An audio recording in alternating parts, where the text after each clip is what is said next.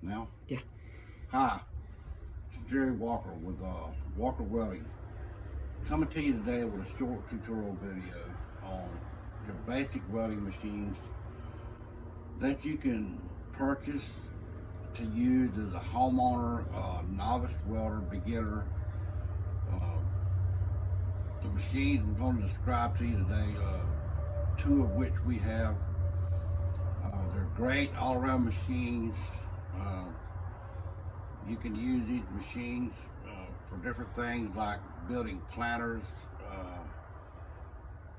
handrails, like around your decks, your swimming pools, balconies, different things like that. You can use these machines for that. They're great machines. The one we have here is this Lincoln 180. This particular model of the 180, it only runs on 220.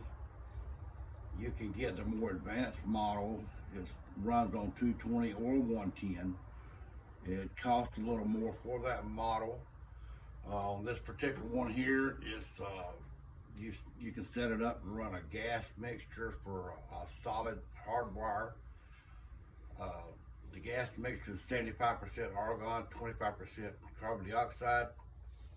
And we also took this machine, it comes with a 10-foot whip, and we advanced it to a 15-foot whip to get better length away from the machine, where we can work over our whole fab table area, where we're not limited to how much we got to keep moving the machine. And it makes it a lot better on you. But as you're just starting out and beginning, the 10-foot whip will work for you to give you a understanding of the actual welding itself. I'll explain later in other tutorials as far as the inside of the machine, what you're going to be looking at as far as your drive rollers, the setup of the wire of the machine. The machines come with, you can take the center core out where the wire goes at, change it out convert it from a 10-pound spool over to a 2-pound spool. And I'll show you as far as the wire tension, how to set the tension on the wire, the whole ordeal of that. As with any machine, keeping these machines clean. Clean is one of the most efficient things you can do to these machines as far as the run time, how long these machines will last you. The cleaner you keep them, the better off you are.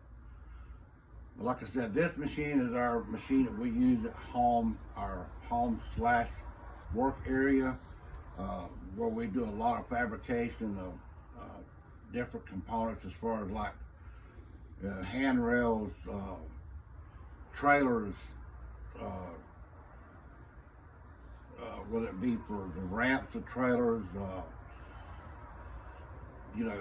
we've done planters, a large variety of different things.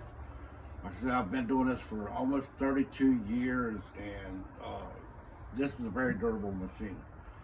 And I would strongly advise anybody, if they're starting out, if they can get one like this, that's great.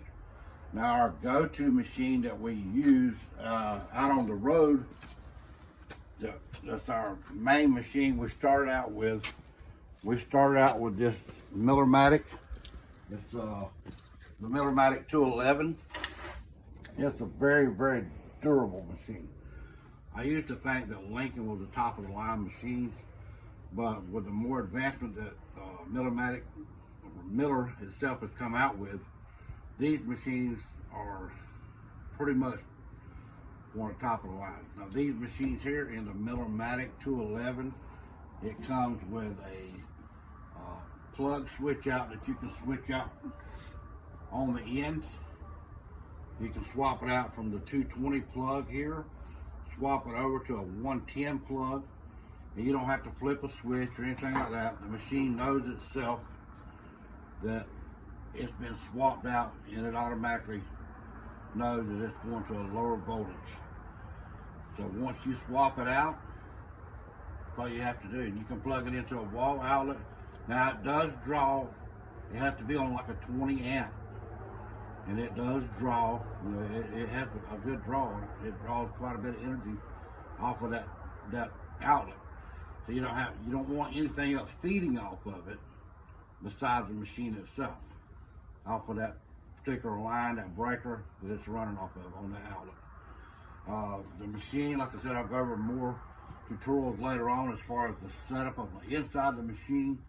Like I said, this machine, this is a brand new one here. We've got an older one we've had for over 3 years. No issues with these machines whatsoever. This machine, particular brand here, we've used it every day just about for over 3 years, and we've welded everything from handrails, planters, trailer parts, repairs on trailers, repairs on equipment, fences, you name it, we've welded it. And we haven't had any complaints whatsoever off of this machine. This machine is a lot lighter. This machine is roughly around 35 pounds empty. And as far as having to carry a machine for a long distance, I much prefer to carry this lightweight than I had to carry that Lincoln 180, which is, like I said, around 56 pounds. And that's why we use the Lincoln 180 more on. Now, if you're a more advanced welder or a novice welder, you're starting out and you want a good machine, if you can afford to go and get this machine instead, I highly recommend that, because this machine is around $1,400 plus tax. And if you can purchase this machine, you'll never have any regrets off of that as far as learning. I've learned other people off this machine, and it's a great machine all around. There's no complaints on this machine. I hope I've explained some of the basics of welding, and I'll get more into that as far as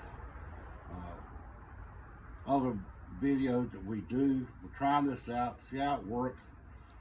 And this machine also, you can go to the more advanced whip on it. We've done that on our older one. We put the 15-foot whip on it, and we can weld aluminum, stainless. We can weld the same wires with that one. With this one, as we do with that Lincoln 180, we do the flux core wire. We can do the solid wire. It's a great all-around machine. And I'll explain more in detail of the machine itself and the settings, and give you some insights on the inside of the machines. Like I said, with all these machines, cleanliness, keeping them clean, just the basic blowing them out, getting the dust out of them. Keeping the machine clean is highly, highly, highly recommended always. That's our conclusion for today. This is Jerry Walker with Walker, Texas Welder. And if you have any questions or comments, please like us.